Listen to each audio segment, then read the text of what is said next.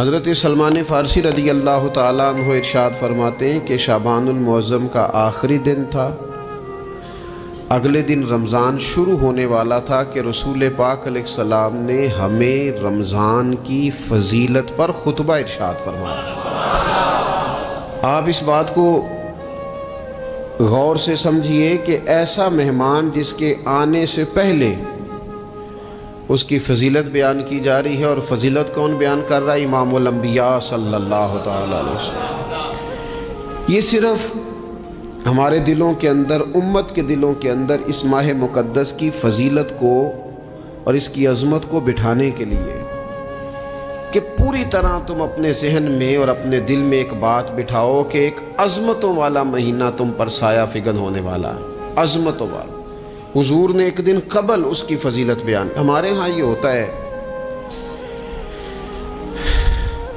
کہ ہم کسی چیز کی اہمیت کو لیتے ہیں لیکن سمجھتے ہیں کہ یہ کوئی روٹین ورک ہے، یعنی نارملی ہر سال رمضان شریف آتا ہے، اپنے وقت کے حساب سے چاند بدلتا ہے اور اپنے وقت پر رمضان شریف آ جاتا ہے۔ ہم سمجھتے ہیں کہ مطلب روٹین کا ایک معاملہ ہے، ایک روٹین کی چیز ہے۔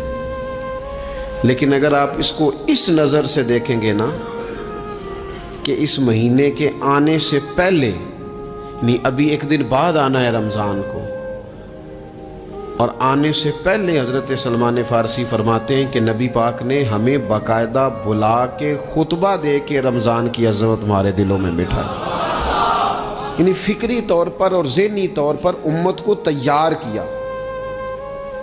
فرمایا تم پر ایک ایسا مہینہ سایہ فگن ہونے والا ہے جو مبارک ہے تمہارے لیے، باعث برکت ہے تمہارے لیے۔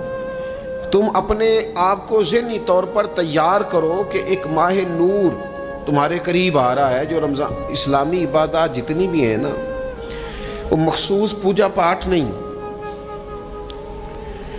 اسلامی عبادات میں سے کوئی عبادت بھی ایسی نہیں جس کا مقصد ہی ہو کہ آپ نے اتنے وقت سے لے کر اتنے وقت تک فلاں عمل کرنا ہے۔ جتنی بھی عبادات ہیں اسلامی، وہ اپنے دامن میں کوئی نتیجہ رکھتی ہیں، کوئی رزلٹ رکھتی ہیں، اس کے ثمرات انسانی زندگی پر مرتب ہوتے ہیں۔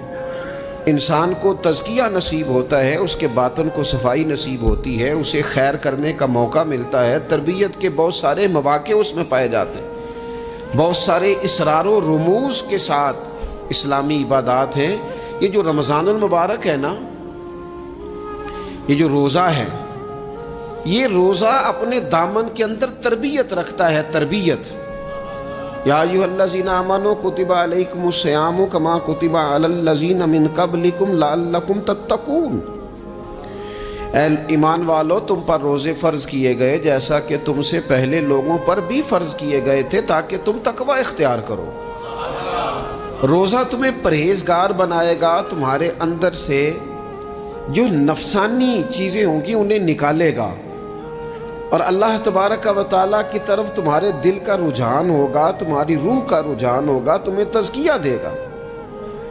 روزہ انسان کی تربیت کرتا ہے، انسان کو روزہ ذہنی طور پر تیار کرتا ہے کہ اللہ کے حکم کے مطابق کھانا ہے، اللہ کے حکم کے مطابق پینا ہے۔ سب سے بڑا مسئلہ اس دور کا رزق کے حلال کا حصول ہے اور حرام سے اجتناب ہے۔ تو روزہ ہمیں یہ سبق پڑھاتا ہے کہ ہم وہی کھائیں گے اور اسی وقت کھائیں گے جو کھانے کا ہمیں ہمارے رب نے حکم ارشاد فرمایا ہے، اور جس سے اللہ رسول منع کر دیں گے جتنی مرضی چمک دمک اپنے دامن میں رکھے، جتنی مرضی، لیکن ہم وہی لیں گے جو ہمارے لیے جائز ہے۔ آپ غور فرمائیے، روزہ لعلکم تتقون، روزہ تمہیں پرہیزگار کرتا ہے۔ بہت سارے لوگ ایک بات کرتے ہیں کہ عادتیں نہیں بدلی جاتی، یار کوشش کرتا ہوں لیکن میری عادت نہیں تبدیل ہوتی۔ میں آپ کو ایک رائے دینے لگا ہوں، مشورہ دینے لگا ہوں، میں آپ سے یہ عرض کرنے لگا ہوں کہ موقع آیا ہے رمضان شریف کا۔ رمضان میں نا بندہ روٹین میں اپنی عادتیں بدلتا ہے۔ کسی کو سویرے 7 بجے کھانے کی عادت ہے، کسی کو 9 بجے کھانے کی عادت ہے، کوئی صبح ناشتہ نہیں کرتا، دوپہر میں ہی کھاتا ہے۔ لیکن رمضان آیا تو عادت بدل گئی۔ 7 بجے والا بھی نہیں کھا رہا، 9 بجے والا بھی نہیں کھا رہا، دوپہر والا بھی نہیں کھا رہا، سارے سحری میں کھا رہے ہیں۔ عادت بدل گئی، بالکل طبیعت بدل گئی، روٹین چینج ہو گئی۔ کوئی اٹھ رہا تھا صبح فجر میں اللہ کی توفیق سے، اللہ تعالیٰ معاف فرمائے، تو کچھ ایسے بھی تھے جو 9-10 بجے اٹھ رہے تھے، کچھ الحمدللہ فجر پڑھ کے چلو کسی وجہ سے پھر سو گئے، 10-11 بجے اٹھ رہے تھے، روٹین بدلی ہوئی تھی۔ رمضان آیا تو بدل گئی، سارے سحری میں اٹھ رہے ہیں، تہجد کے وقت سب کی آنکھ کھل رہی ہے، بالکل روٹین بدل گئی، حالات بدل گئے، معاملات تبدیل ہو گئے، اوقات تبدیل ہو گئے، دفاتر کے ٹائم تبدیل ہوئے، اسکولوں کے نظام تبدیل ہوئے، مدارس کے اوقات تبدیل ہوئے، ہر چیز کے اندر تبدیلی آئی۔ معنی کیا ہے کہ اللہ نے تمہیں موقع دیا ہے کہ عادتیں بدلی جا سکتی ہیں، اپنے آپ کو تبدیل کیا جا سکتا ہے، لائف سٹائل کو چینج کیا جا سکتا ہے، یہ موقع آیا ہے۔ ایک مہینہ ہے پورا، 2-3 دن 4 دن آپ کی روٹین بگڑ جائے نا سونے کی، یعنی روٹین سے ہٹ کے آپ سونا جاگنا شروع کر دیں تو پھر وہی روٹین بن جاتی ہے، پھر اسی ترتیب سے انسان سارے کام کرتا ہے۔ تو رمضان میں روٹین چینج ہوگی، سارے تہجد میں اور سحری میں اٹھیں گے، تو اللہ کرے نا یہ روٹین قائم رہے۔ رمضان میں تو اٹھتے تھے سحری کرنے کے لیے، تو اللہ کرے روٹین بن جائے اور سارا سال اٹھیں تہجد کی نماز ادا کرنے کے لیے، اللہ کرے روٹین بن جائے، چیزیں تبدیل ہو جائیں۔ وہ لوگ جن کو ڈاکٹر کہہ رہے تھے کہ دوائی بھی کھانی ہے اور پرہیز بھی کرنا ہے، تو وہ کہہ رہے تھے جی دوائی کھانا تو آسان ہے، پرہیز کرنا مشکل ہے، تو بدلنے لگی ہے نا روٹین، آ گیا نا رمضان، پرہیز کا ٹائم شروع ہو گیا، لہذا بہترین فائدہ یہ ہوگا کہ رمضان میں پرہیز ہوگی، ڈائٹ پلان بالکل بنایا جا سکتا ہے، اس میں چیزوں کو بالکل مرتب کیا جا سکتا ہے۔ تو رمضان شریف کے آنے سے پہلے ذہنی طور پر اپنی عادات کی تبدیلی کا پروگرام بنائیں، عادتیں بدل جایا کرتی ہیں۔ رسول کریم دنیا میں آئے وَيُزَكِّيكُمْ، حضور تزکیہ کرنے تو آئے ہیں، عادتیں بدلنے تو تشریف لائے ہیں۔ نبی پاک نے صفائی ستھرائی کر دی، ساری ناپاک چیزوں کو نکال دیا۔ تو روٹین دیکھیں کہ رمضان میں تقوی کے حصول کے لیے اپنی عادات کو تبدیل کرنا ہے، اور اس کے لیے ذہنی طور پر اپنے آپ کو تیار کریں۔ وہ جو کہتے ہیں بچے سویرے نہیں اٹھتے، وہ روٹین بنا لیں، یہ موقع آیا ہے، ابھی سے ارادہ کر لیں کہ جناب ہم نے اس ترتیب سے اپنے گھر کو، ماحول کو، بچوں کو اس ترتیب سے ہم نے مرتب کرنا ہے چیزوں کو، یہ آپ ارادہ کریں، اللہ تعالیٰ مدد فرمائے گا۔ رمضان المبارک کی جو خاص فضیلت ہے،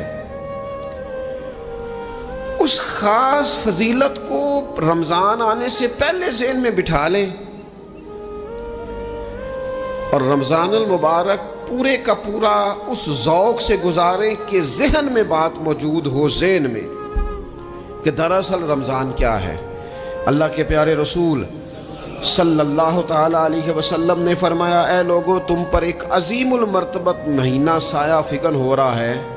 حضور فرماتے ہیں شہر مبارک، فرمایا یہ بڑا برکت والا مہینہ ہے، یہ برکتیں لے کے آیا ہے، یہ رحمتیں لے کے آیا ہے، یہ اپنے ساتھ عنایات لے کے آیا۔ اور نبی اکرم صلی اللہ تعالیٰ علیہ وآلہ وسلم نے فرمایا جو بندہ بھی قرب الہی کی نیت سے رمضان میں نیکی کا طلبگار ہوگا، فرمایا وہ اگر نفل نیکی کرے گا نا تو اللہ تعالیٰ اسے فرض کے برابر ثواب عطا فرمائے گا۔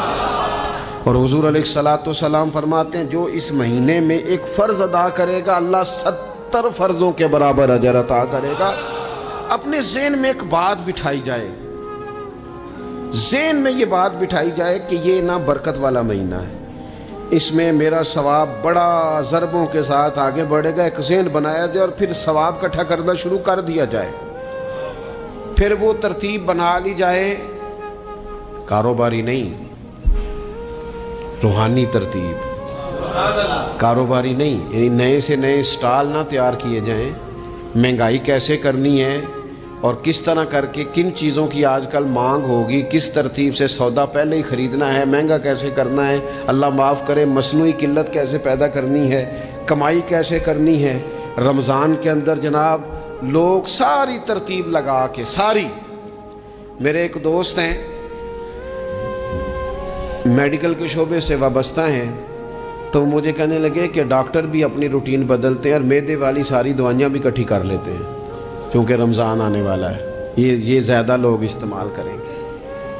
تو وہ ماحول نہ پیدا کریں کہ ہر چیز دنیا داری ہو جائے، ہر چیز دنیا داری نہیں، ہر چیز کو ایک نیا روپ دے دیا جائے اور نیا سے نیا مال کمانے کا سلیقہ بنایا جائے۔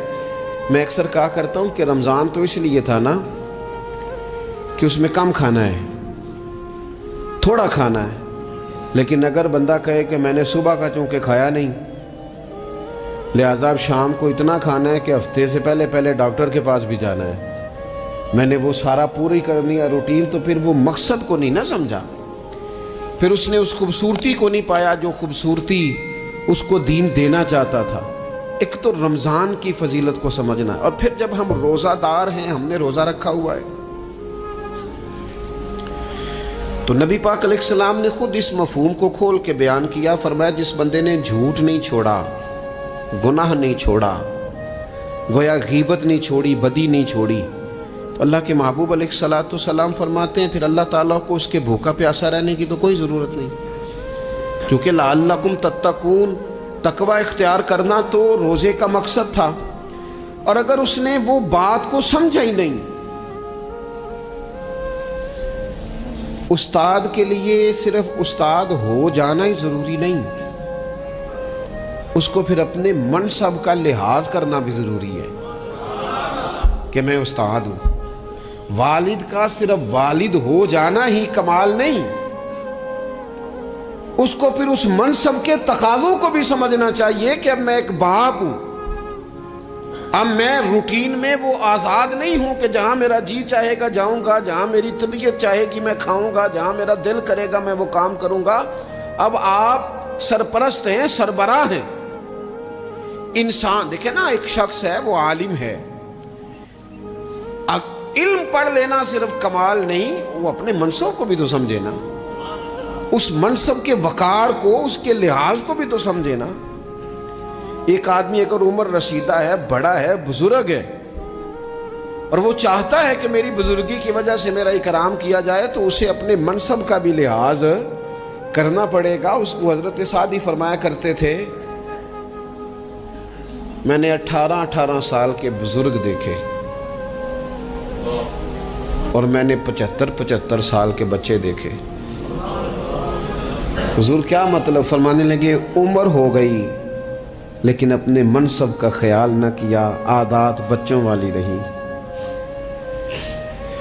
اور فرماتے میں نے ایسے لوگ دیکھے جن کو شروع وقت میں ہی اللہ والوں کی صحبت نصیب آئی، تو وہ جو بزرگی ہے وہ پھر عمر کی وجہ سے نہیں ملی، وہ اللہ نے علم اور عمل کی وجہ سے عطا فرما دی۔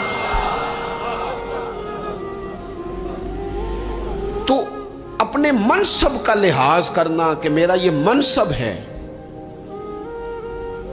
اسی طرح جب ہم نے روزہ رکھا ہوا ہوگا نا، تو پھر ہم نے اس منصب کا بھی لحاظ کرنا ہے کہ میں روزے دار ہوں، پھر خالی بھوکے پیاسا نہیں رہنا۔ رسول پاک صلی اللہ تعالی علیہ وآلہ وسلم نے پتہ ہے روزے دار کی فضیلت کیا بیان فرمائی؟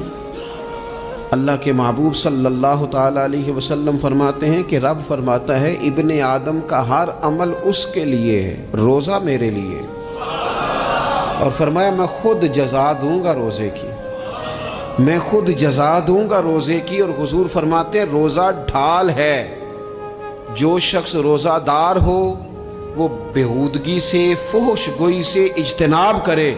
اور اللہ کے محبوب صلی اللہ تعالی علیہ وسلم فرماتے ہیں اگر کوئی شخص اسے گالی دے، اگر کوئی شخص اس سے جھگڑا کرنا چاہے تو پتہ کیا جواب دے؟ اسے کہے بھئی میں روزے دار ہوں، میرے منصب کا تقاضا نہیں کہ میں تیرے ساتھ الجھوں۔ اور رسول پاک صلی اللہ علیہ وسلم فرمانے لگے اوہو اتنی بڑی بات۔ حضور فرمانے لگے، یہ صحیح مسلم کے لفظ ہیں، کریم محبوب فرمانے لگے مجھے اس رب کی عزت کی قسم جس کے قبضے میں محمد عربی صلی اللہ علیہ وسلم کی جان ہے، حضور فرماتے ہیں روزہ دار کے منہ کی خوشبو اللہ تعالیٰ کے نزدیک قیامت کے دن مشک کی خوشبو سے بھی زیادہ وقت والی ہوگی۔ اس کے منہ سے جو خوشبو آتی ہے قیامت میں مشک پیچھے رہ جائے گا، اور رب کی بارگاہ میں صرف روزہ دار کے منہ سے، اگر تیرے منہ کی خوشبو رب کو اتنی پسند ہے تو تجھے بھی تو اپنے منصب کا خیال ہونا چاہیے کہ میں نے روزہ رکھا ہوا ہے، میں روزہ دار ہوں۔ اور میرے نبی پاک علیہ السلام کے یہ دو لفظ ہیں نا، وہ صوفیاء ہیں نا، اللہ کے نیک بندے جو ساری زندگی تڑپتے رہے کہ کبھی اے حقیقت منتظر نظر آنا لباس مجاز میں، کبھی مالک ایک دفعہ کبھی تیرا جلوہ ملے، کبھی اے حقیقت منتظر نظر آنا لباس مجاز میں۔ لاکھوں سجدے تڑپ رہے ہیں میری جبین نیاز میں، اور جو ساری زندگی کہتے رہے کہ ہم تو عمر دراز مانگ کے لائے تھے 4 دن، 2 آرزو میں کٹ گئے، 2 انتظار میں، یہ دیکھو انہیں انعام ملنے لگا۔ جو اس کی راہ کے سوالی تھے، جو اس کے رستے کے مسافر تھے، جو اسے پانا چاہتے تھے، جو اس کی دید کرنا چاہتے تھے، جو اسے ملنا چاہتے تھے، میرے رسول پاک علیہ السلام نے فرمایا روزہ دار کو 2 خوشیاں ملیں گی۔ ایک خوشی اس وقت ملتی ہے جب وہ افطار کرتا ہے، اور فرمایا ایک خوشی اس وقت ملے گی جب وہ اپنے رب سے ملاقات کرے گا، جب وہ اس سے ملے گا تو اس وقت روزہ دار کو خوشی ہوگی۔ میرے دوستو، خوشی تو جو ہوگی سو ہوگی، لیکن یہ لفظ بڑے حسین نہیں کہ روزہ دار کی رب سے ملاقات ہوگی، یہی لفظ بڑے باکمال نہیں۔ ایک روایت میں تو یہ ہے نا کہ روزہ میرے لیے ہے، میں اس کی جزا دوں گا، اور ایک روایت میں یہ ہے کہ روزہ میرے لیے ہے اور رب فرماتا ہے میں خود روزے کی جزا ہوں، یعنی باقی نیکیوں پر ثواب ملے گا، روزہ رکھنے والے کو رب رحمان ملے گا۔ نبی اکرم صلی اللہ تعالی علیہ وسلم کے امت کے صوفیاء نے نا کچھ چیزوں کو بڑا کھولا ہے۔ عارف رومی کہتے ہیں کہ ایک دن نا محمود غزنوی نے خزانوں کے دروازے کھول دیے اور فرمایا بھئی میں نے آج ہر چیز کھول دی ہے، جو جس چیز پہ ہاتھ رکھے گا وہ اسی کی ہو جائے گی۔ لوگ دوڑے، کوئی سونے کی طرف، کوئی چاندی کی طرف، کوئی جائیدادوں کی طرف، کوئی خزانے کی کنجیوں کی طرف، کوئی بڑے بہترین گھوڑے اور اونٹوں کی طرف لوگ دوڑ گئے، جو جس پہ ہاتھ رکھے گا اسی کا۔ سب بھاگ گئے، ایاز بیٹھا ہے، نہ وہ حسن میں رہی شوخیاں، نہ وہ عشق میں رہی گرمیاں، نہ وہ غزنوی میں تڑپ رہی، نہ وہ خم ہے زلف ایاز میں، وہ لذتیں کہاں۔ ایاز چپ کر کے بیٹھا ہے۔ پھر محمود نے ایاز کی طرف مخاطب کر کے کہا ایاز اٹھنا نہیں، آج لوٹ سیل لگ گئی ہے، جو جس چیز پہ ہاتھ رکھے گا اسی کی۔ ایاز کہنے لگا بات پکی ہے نا؟ تو محمود خوش تھے، موڈ بڑا اچھا تھا، کہا بالکل پکی ہے۔ تو ایاز کہنے لگے چلو ٹھیک ہے۔ ایاز اٹھے، پیچھے سے جا کے نا تو محمود کے کندھے پہ ہاتھ رکھ دیا، محمود کے کندھے پہ ہاتھ رکھا۔ محمود کہنے لگے یہ کیا بات کا، آپ سے میں نے پوچھا تھا بات پکی ہے، جو جس پہ ہاتھ رکھے گا اسی کا نا۔ تو تھوڑی دیر پہلے مسکراتے چہروں میں آنسو آ گئے، ایاز بھی روئے تو محمود بھی روئے۔ کہا بادشاہ پکا رہنا، وہ جن کو خزانے چاہیے تھے وہ دوڑ گئے، مجھے تو چاہیے۔ لنگ کئی مہینے تے برس گئے تے تیری دید نو دیدے ترس گئے، تیری تو ملے گا۔ تو پھر کہا محمود نے، اس نے کہا میں وعدہ کر چکا تھا، بس ٹھیک ہے، باقیوں کے خزانے اور میں تیرا طے ہو گئی۔ فرمایا باقی نیکیوں پر ثواب ملے گا، اور روزہ رکھنے والے کو رب رحمان ملے گا، اللہ کا قرب ملے گا۔ دیکھو نا، وہ خاص انسان کو کیفیت حاصل ہوتی ہے روزے میں، رب کے ہونے کا یقین۔ وہ جو صوفیاء کہتے ہیں نا مراقبہ کرو، وہ نصیب ہوتا ہے۔ یعنی کسی کو کیا پتہ ہے اس کا روزہ ہے کہ نہیں، اکیلا ہے نا گھر میں، فریزر بھرا ہوا ہے، نہیں نہ کھاتا، کیوں؟ اسے پتہ ہے میرا رب میرے ساتھ ہے، میرا رب مجھے دیکھ رہا ہے۔ بس یہ تصور توحید پکا ہو جاتا ہے رمضان، تو پھر اللہ تبارک و تعالیٰ کی بھی خاص رحمت اور کوئی خاص ہی اعزاز۔ حضور فرماتے ہیں جنت کے کئی دروازے ہیں، ایک باب الریان ہے، اس سے صرف روزہ دار گزریں گے۔ آواز ہوگا روزے والے آ جاؤ، وہ آ جائیں گے، فرمایا اس خاص دروازے سے گزرو، جب گزر جائیں گے تو فرمایا بند کر دو بھئی، اور کوئی نہیں گزرے گا یہاں سے۔ دروازہ ہی مخصوص ہے، ان کا اعزاز ہی ذرا زیادہ ہے۔ تو میرے عزیز، رمضان شریف کے اندر وہ منصب کا بس خیال رکھیں کہ میں روزہ دار ہوں، اس احتیاط کے ساتھ۔ اور دوسری جو رمضان کی چند عبادات ہیں نا، سب سے پہلی تو میں عرض کروں گا تراویح کے حوالے سے یہ بات یاد رکھ لیں کہ نبی پاک علیہ الصلوۃ والسلام نے فرمایا جس نے ایمان اور احتساب کی نیت کے ساتھ رمضان میں قیام کیا، اللہ اس کے پچھلے سارے گناہوں کو معاف فرما دے گا۔ اور ایک مقام پر نبی پاک صلی اللہ تعالیٰ علیہ وسلم نے بیان کیا، یہ مشکات میں موجود ہے، حضور فرماتے ہیں رمضان اور قرآن دونوں قیامت کے دن بندے کی شفاعت کریں گے۔ رمضان کہے گا یا اللہ میں نے اسے دن بھر کھانا کھانے سے باز رکھا اور تیری بارگاہ کے حکم کے مطابق اس نے اپنے آپ کو ان چیزوں سے بچا کے رکھا۔ اور قرآن کہے گا مالک رات میں نے اسے نیند سے روکے رکھا۔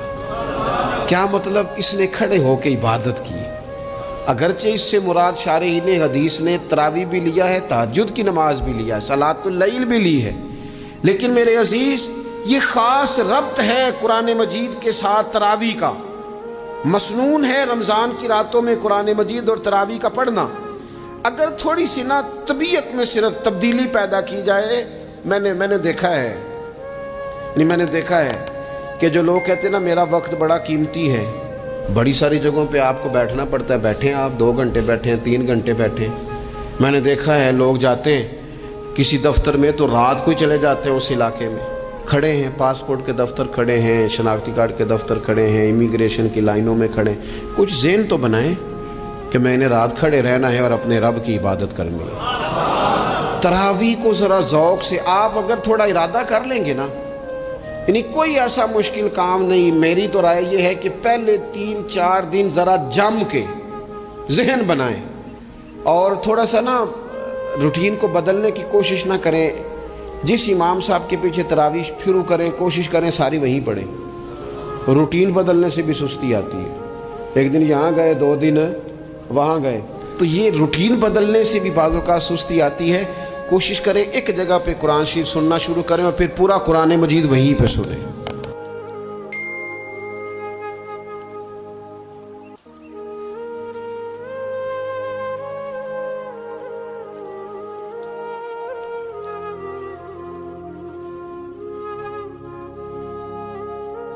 اس مہینے کا آنے والے موسم نور کا استقبال کرنا، اس کے شوق میں بے تابیوں کا اظہار کرنا، یہ اللہ جل شانہ کے ساتھ محبت کی علامت ہے۔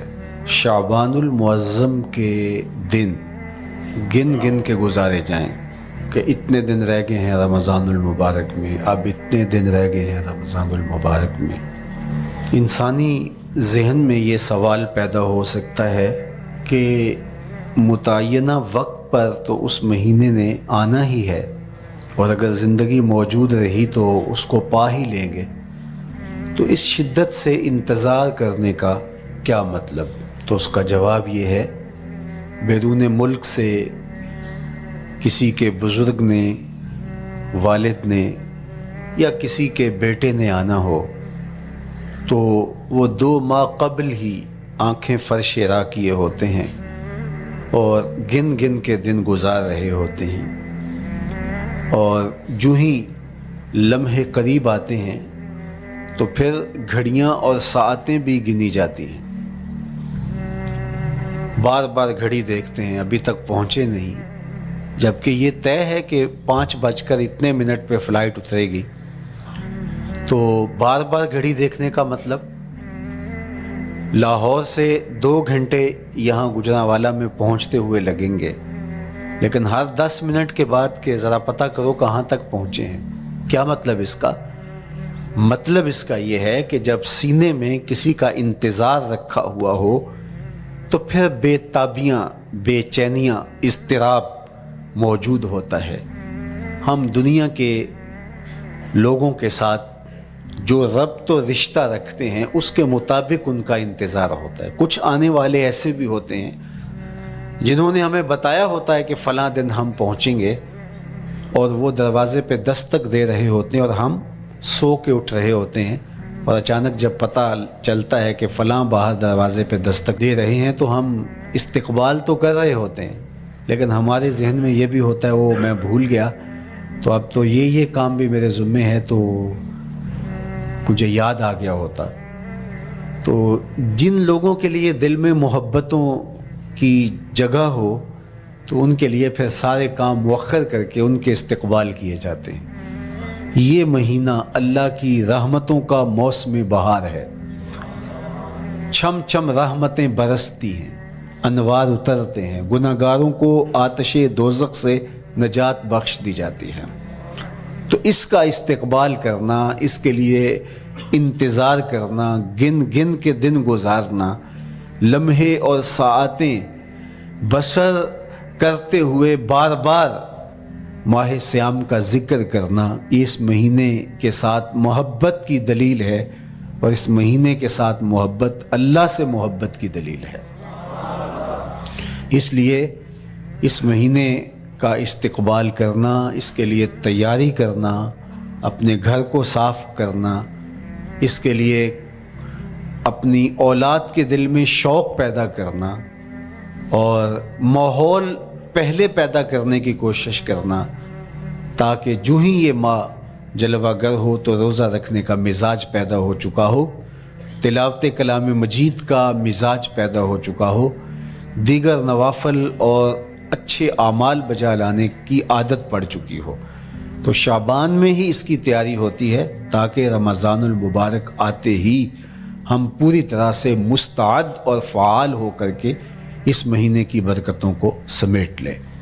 اللہ کے محبوب علیہ السلام نے ارشاد فرمایا کہ جب ماہ سیام آتا ہے فتحت ابواب الجنہ، تو جنت کے 8 دروازے کھول دیے جاتے ہیں۔ جنت تو اللہ جل شانہ کی کرم نوازیوں کا ایک ایسا خوبصورت منظر ہے کہ آج تک نہ کسی آنکھ نے اس کو دیکھا، نہ کسی کان نے سنا، اور نہ اس کا کوئی تصور کر سکتا ہے، ایسی خوبصورت بنائی ہے۔ وہاں کی ہوائیں جب چلتی ہیں تو گرد نہیں اڑتا، کستوری اڑتی ہے۔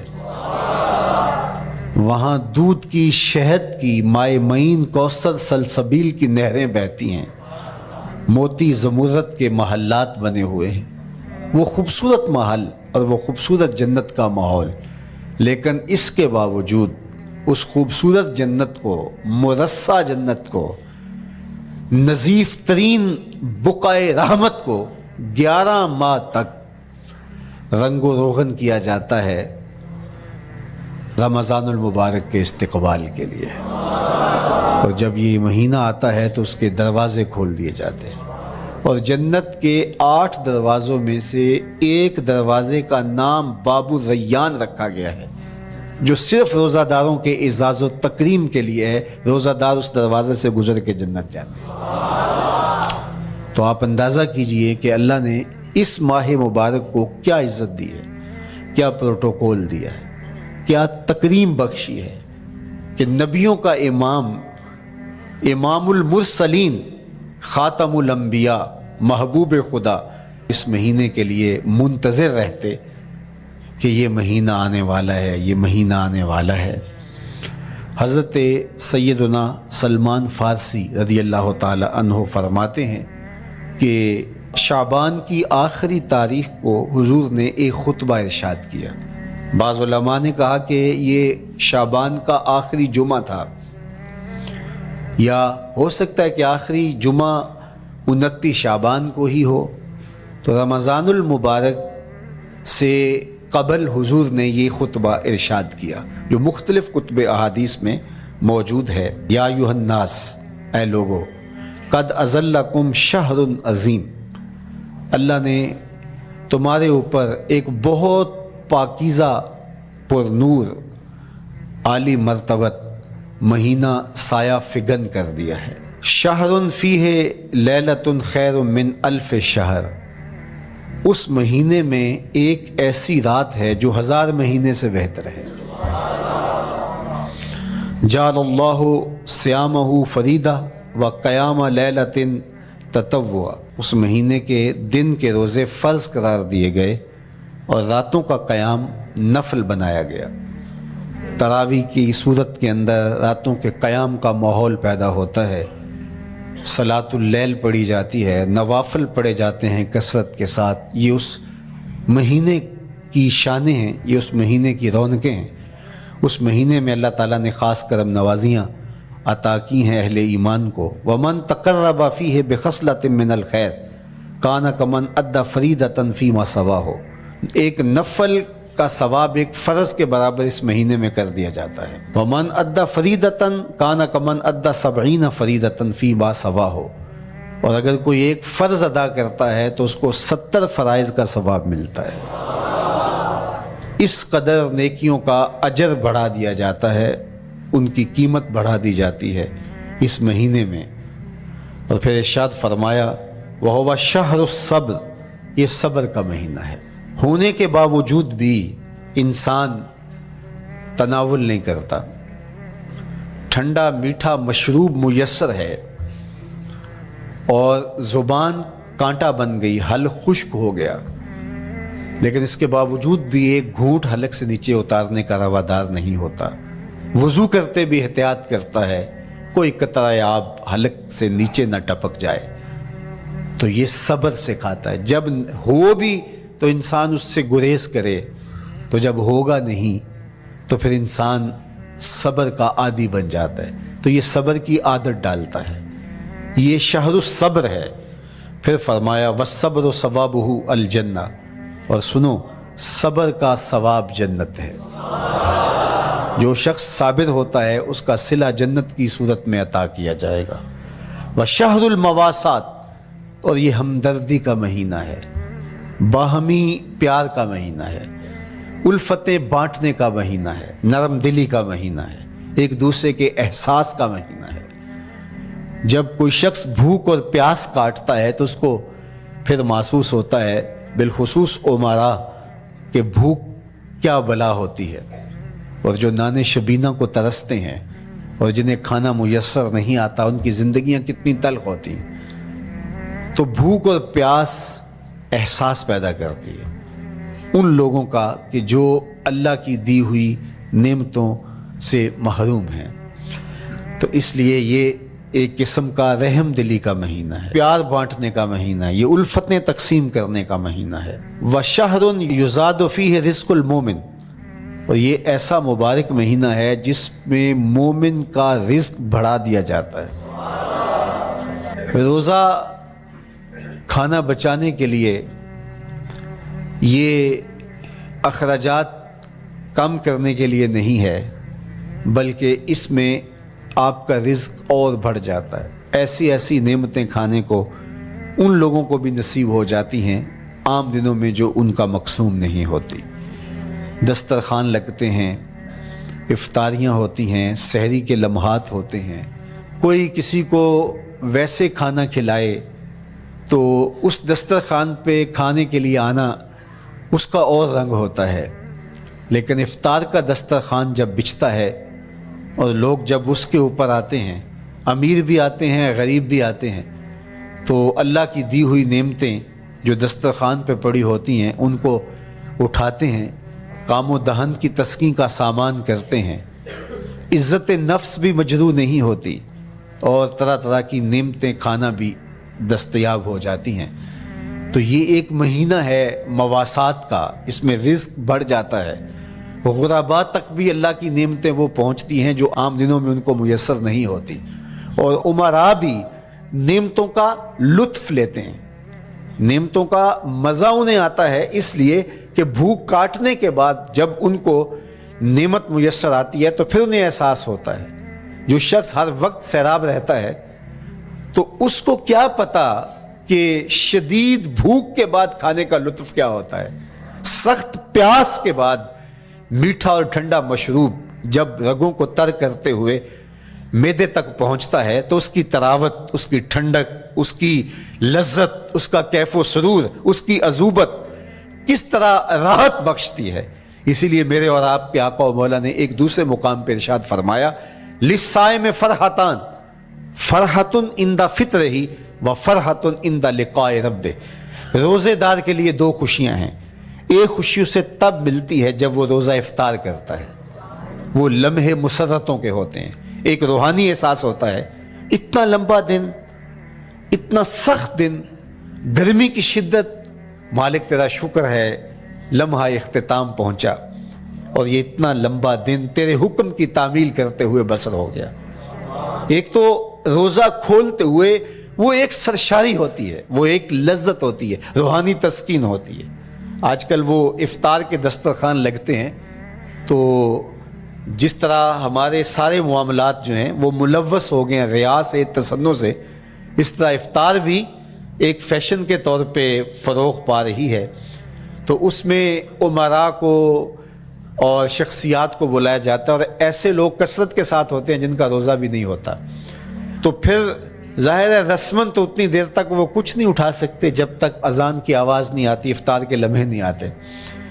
تو اس وقت جو روزہ دار ہوتا ہے جب وہ مشروب لے رہا ہوتا ہے، جب وہ کوئی لقمہ اتار رہا ہوتا ہے، تو اس کی جو فرحت ہوتی ہے، اور جس نے روزہ نہیں رکھا اور وہ بھی افطار کے دسترخوان پہ بیٹھا ہے، تو کیا اس کو کوئی روحانی حظ، کوئی سرور، افطار کے لمحوں کا کوئی لطف مل سکتا ہے؟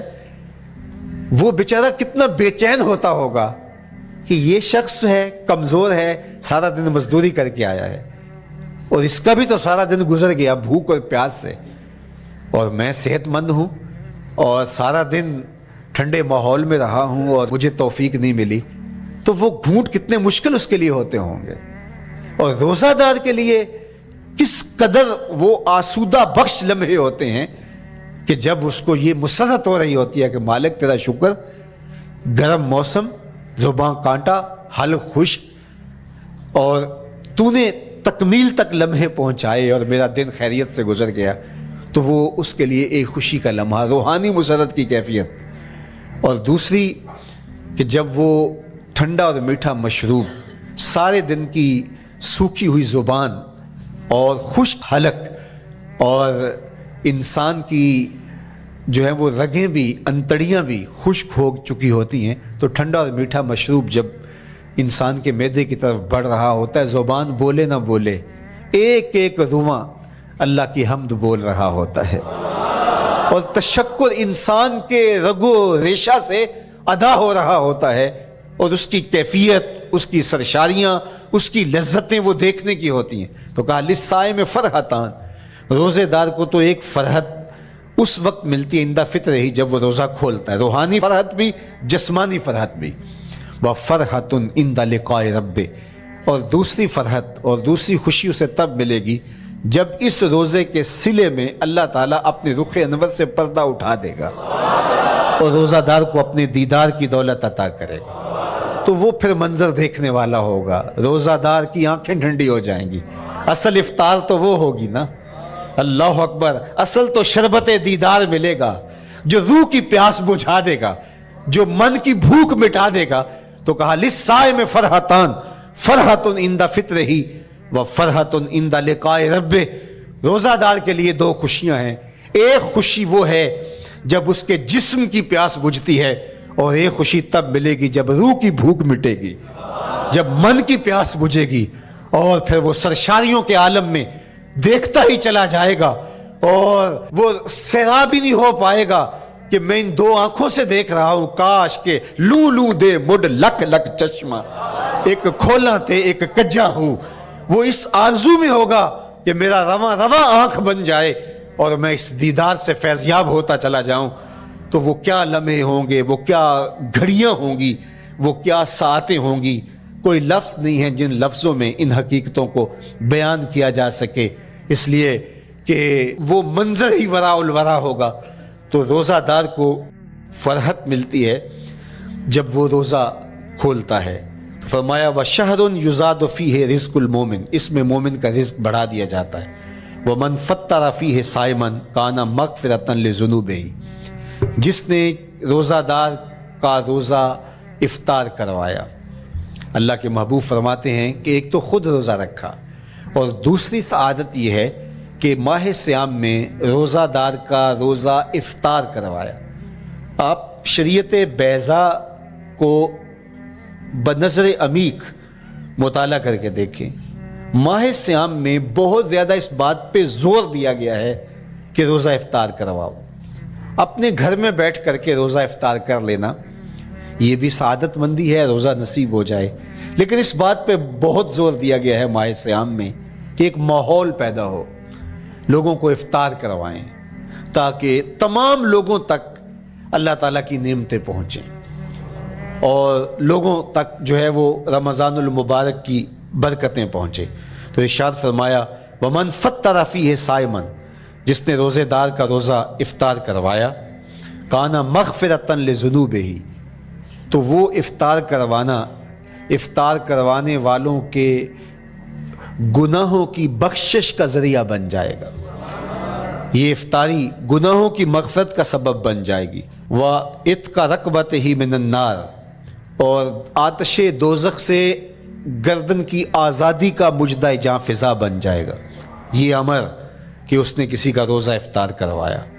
وَقَانَ لَهُ مِثْلُ أَجْرِهِ مِنْ غَيْرِ أَنْ يَنْقُصَ مِنْ أَجْرِهِ شَيْءٌ، اور روزہ افطار کروانے والے کو روزہ رکھنے والے جتنا اجر ہی دیا جائے گا، لیکن روزہ رکھنے والے کے اجر میں بھی کوئی کمی نہیں واقع ہوگی۔ جتنا اس نے سارے دن کی بھوک اور پیاس کاٹ کر کے تکلیف اٹھا کر کے روزہ رکھا، جس نے شام کو اس کو افطار کر دیا اتنا ہی ثواب اس کو عطا کر دیا جائے گا، اس کا اجر کم کیے بغیر۔ اللہ اکبر، یہ امت کے لیے اللہ نے کیا پیکج دیا ہے، کیا کرم نوازیاں ہیں اس امت کے لیے۔ آقا کریم نے ارشاد فرمایا ایک شخص صبح سے لے کے ظہر تک مزدوری کرتا ہے، اس کو ایک قیراط دیا جاتا ہے، اور ایک شخص ظہر سے لے کر عصر تک مزدوری کرتا ہے، اس کو بھی ایک قیراط دیا جاتا ہے، اور ایک عصر سے لے کر مغرب تک مزدوری کرتا ہے، اس کو 2 قیراط دیے جاتے ہیں۔ فرمایا پہلی مثال یہود کی ہے، دوسری مثال نصارہ کی ہے، اور تیسری مثال میری امت کی ہے۔ یہودیوں نے اور عیسائیوں نے اس پہ اعتراض کیا کہ ہمارا اجر کیوں تھوڑا ہے، تو میرے اور آپ کے آقا و مولا نے فرمایا تمہارا تھوڑا نہیں، ہمارا زیادہ ہے۔ آج کل اگر 1000 روپیہ مزدوری چلتی ہو مزدور کی، تو کوئی شخص صبح سے شام تک ایک شخص سے مزدوری کروائے اور 1000 روپیہ دے دے، اور دوپہر کو اڈے سے جا کے ایک مزدور اور لے آئے، شام کو اس کو بھی 1000 روپیہ دے آئے، اور ایک شخص کو عصر کے وقت لائے اس کو 2000 روپیہ دے دے، تو 1000 والا کہے کہ میرے سے زیادتی ہوئی ہے، تو اس سے زیادتی تو نہیں ہوئی، اسے تو پوری مزدوری دی گئی ہے، اب اس پہ مہربانی ہوئی ہے، اس پہ رحمت ہوئی ہے۔ تو کہا یہود اور نصارہ کی یہ مثال ہے، ایک صبح سے ظہر تک مزدوری کرے اس کو 1 قیراط، ایک ظہر سے عصر تک مزدوری کرے اس کو بھی 1 قیراط، اور تیسرا بہت تھوڑا وقت عصر سے مغرب تک مزدوری کرے اس کو 2 قیراط۔ کہا یہ امت محمدیہ علی صاحب الصلوات کو دیا گیا نور ہے۔ تو ایک شخص نے سویر سے لے کر شام تک روزہ رکھا، بھوک کاٹی، پیاس کاٹی، سخت شدت کی گرمی سہی، اور ایک شخص نے شام کے وقت اس کو روزہ افطار کروا دیا۔ اور سنو حضور علیہ الصلوۃ والسلام کا فرمان، جب حضور نے فرمایا کہ اس کو پورا اجر ملے گا پہلے کے اجر کو کم کیے بغیر، تو صحابہ کا تو دل تڑپنے لگا کہ یہ کتنی بڑی بات ہے۔ اب آپ جانتے ہیں کہ یہ زمانہ ایسی معاشی خوشحالیوں کا نہیں تھا، لوگوں کے پاس تو نان شبینہ بھی میسر نہیں ہوتا تھا، تو صحابہ نے جو سوال کیا، قالوا یا رسول اللہ صلی اللہ علیہ وسلم، انہوں نے کہا اے اللہ کے پیارے رسول صلی اللہ علیہ وسلم، لیسا کلنا یجد ما یفطر الصائم، ہم میں سے تو ہر بندہ یہ طاقت نہیں رکھتا کہ روزہ دار کو روزہ افطار کروا دے، تو یہ اتنی بڑی سعادت، تو یہ تو پھر اہل زر ہی یہ سعادت حاصل کر پاتے ہیں، ہمارے جیسے لوگ تو پھر جو مال و دولت نہیں رکھتے تو وہ تو پھر یہ سعادت نہیں حاصل کر پائیں گے۔ تو میرے اور آپ کے آقا و مولا نے کیا فرمایا؟ قال، حضور نے ارشاد فرمایا یؤتی اللہ ھذا الثواب، یہ ثواب اللہ اسے شخص کو بھی عطا کرے گا، من فطر صائما علی مزقۃ لبن او تمرۃ او شربۃ من ماء، فرمایا کہ یہ اجر اللہ اس کو بھی عطا کرے گا جس نے کسی کا روزہ 1 گھونٹ دودھ سے کھلوا دیا یا 1 کھجور سے کھلوا دیا۔ یا پانی کے ایک گھونٹ سے اس کا روزہ افطار کروا دیا. لازمی نہیں ہے کہ دسترخوان سجا ہو، انواع اقسام کے کھانے پڑے ہوں اور وہ افطاری ہی افطاری قرار پائے گی. جس نے کسی کو وہاں باہر ٹوٹیوں سے پانی کا گلاس بھر کے، کٹورا بھر کے سادہ پانی بھی پیش کر دیا تو اس کو بھی ثواب مل جائے گا. کتنا ثواب ملے گا؟ پورا روزہ رکھنے کا ثواب اس کو ملے گا. کتنی رحمتوں کی لوٹ سیل لگی ہے. کوئی ایسے بھی بانٹتا ہے، کوئی ایسے بھی کرم نوازیاں ہوتی ہیں، لیکن میرے رب کے خزانے کتنے کھلے ہیں. میں نے مدینہ المنورہ میں ایک شخص کو دیکھا کہ وہ روزے کے وقت وہاں سے ہی گلاس لیتا اور زمزم سے بھرتا اور روزہ داروں کے آگے رکھتا چلا جاتا. اور روزانہ اس کا یہ عمل ہوتا. نماز عصر کے بعد شروع ہوتا، جتنی اس کی پہنچ ہوتی ہر ایک کے آگے رکھتا چلا جاتا. پانی بھی وہاں سے لیا، گلاس بھی وہاں سے لیا. اللہ اکبر. فرمایا دودھ کا ایک گھونٹ یا پانی کا ایک گلاس یا ایک کھجور اس نے کسی کو پیش کی اور اس نے اس سے روزہ کھولا. اللہ کے محبوب فرماتے ہیں پہلے کے اجر میں بغیر کسی کمی کے اس کو پورا ثواب روزے کا نصیب ہوگا. اللہ اکبر. اب سنو، پھر حضور نے ارشاد فرمایا ومن اشبع صائما، اور جس نے صحیح اہتمام کے ساتھ روزے دار کو اچھا کھانا کھلایا، اچھی پرتکلف افطاری دی، سقاہ اللہ من الحوض شربتا لا یظمأ حتی یدخل الجنہ، اس کو حوض کوثر سے ایسا جام ملے گا کہ اس کو کبھی پیاس نہیں ملے گی یہاں تک کہ جنت میں چلا جائے گا. اللہ اکبر. اس کو کوثر کے جام نصیب ہوں گے حشر کی گرمی میں.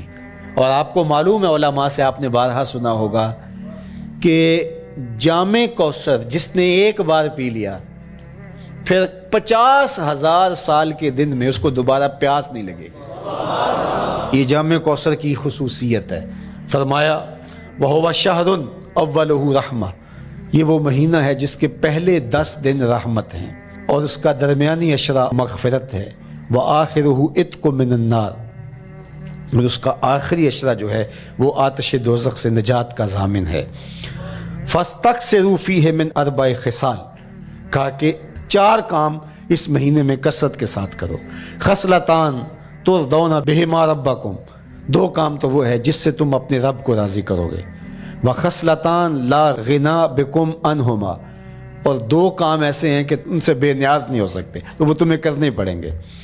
اما الخصلتان اللتان ترضون بہما ربکم، وہ 2 خصلتیں، 2 کام جن کے ذریعے سے تم اپنے رب کو راضی کر سکو. فشہادت اللہ الہ الا اللہ، وہ گواہی دینا ہے لا الہ الا اللہ. وتستغفرونہ، اور تم کثرت سے استغفار کرو، اللہ سے بخشش مانگو. یہ 2 کام تم نے کرنے ہیں. وَأَمَّا الْخَصْلَتَانِ اللَّتَانِ لَا غِنَىٰ بِكُمْ عَنْهُمَا، اور وہ چیزیں جن بغیر تمہیں چارہ نہیں ہے. فَتَسْأَلُونَ الْجَنَّةَ وَتَعُوذُونَ مِنَ النَّارِ، اللہ سے جنت طلب کرو اور دوزخ سے پناہ مانگو. تو یہ 2 کام جو تمہاری ضرورت ہے تم اس مہینے میں کثرت کے ساتھ کرو. تو یہ مہینہ رحمتوں کی لوٹ سیل کا مہینہ ہے. یہ کرم نوازیوں کے امٹتے ہوئے دھارے ہیں. یہ سیل رحمت ہے جو کہ من کی سیرابی کا سبب اور ذریعہ ہے.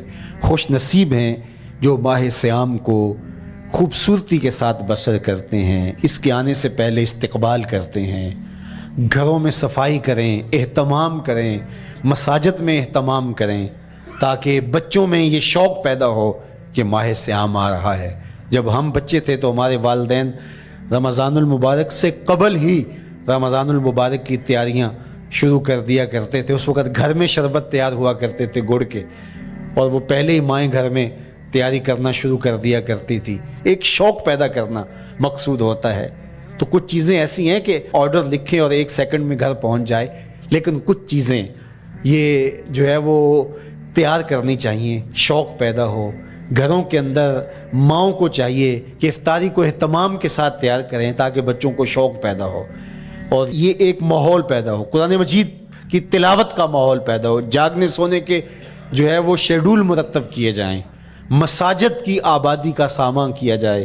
پچھلے سال تو بڑا اداس رمضان گزرا، اس لیے کہ کرونا کے حوالے سے جس طرح ملکی حالات تھے وہ آپ کے سامنے تھے، اس مرتبہ الحمدللہ اس طرح کے حالات نہیں ہوں گے. کچھ SOPs کو آپ کو فالو کرنا ہوگا، لیکن مسجدوں کی انشاءاللہ رونقیں بحال رہیں گی، اور صلاۃ التراویح اور سحر و افطار کے لمحے، نوافل، تسبیحات، اذکار، نمازوں میں 5 گانہ حاضریاں، یہ کیسا خوبصورت ماحول ہوتا ہے. رحمتیں برس رہی ہوتی ہیں، انوار اتر رہے ہوتے ہیں، اور وہ کیا خوبصورت لمحے ہوتے ہیں اور کیا گھڑیاں ہوتی ہیں. انشاءاللہ امسال مرکز مصطفیٰ کے اندر صلاۃ التراویح کے لیے خاص طور پہ ہم اہتمام کر رہے ہیں. میری آرزو تھی کہ جب مرکز کی تکمیل ہو تو پھر رمضان المبارک کا اہتمام کے ساتھ جو ہے وہ ہم انتظام و انصرام کیا کریں گے، چونکہ اس سے قبل بہت سارے تعمیراتی کاموں کی وجہ سے ہم الجھے رہتے تھے، لیکن اللہ کے فضل سے اب مرحلہ اول کی تکمیل ہو گئی اور مرحلہ ثانی کی طرف ہم بڑھنے والے ہیں. تو اس رمضان المبارک کے اندر ہمارے لیے بیٹھنے کی جگہ، خواتین کے لیے انتظام، افطار کے لیے، سحر کے لیے، دوستوں کے لیے انشاءاللہ خوبصورت اہتمام ہوگا. بہت اچھے قاری قرآن جو ہے وہ صلاۃ التراویح پڑھائیں گے، تو وہ میٹھے اور دل آویز لہجے اور مرکز کا ماحول انشاءاللہ ذکر و فکر کے حلقے بھی ہوں گے، دروس قرآن کے حلقے بھی ہوں گے. تو ایک ماحول انشاءاللہ پیدا ہو، اور انشاءاللہ میں بھی آپ کے ساتھ ماہ صیام میں موجود رہوں گا، افطار کے لمحوں میں بھی، سحر کے لمحوں میں بھی، تراویح میں بھی، نمازوں میں بھی انشاءاللہ. اور پھر جب ہم ہوں گے تو ماہ صیام ہوگا، رحمت کی گھڑیاں ہوں گی، اترتے ہوئے انوار ہوں گے، محبتوں کا ہجوم ہوگا، افطار کے میلے ہوں گے، سحری کے خوشگوار لمحے ہوں گے، قرآن کی دل نواز صدائیں ہوں گی، اور مرکز مصطفیٰ کا نورانی پرکیف سرمدی ماحول ہوگا، اور ہم اپنے رب سے اس کی رحمتیں طلب کریں گے. اللہ ہم سب کو اپنی پناہوں کا حصار دے. والسلام علیکم ورحمۃ اللہ.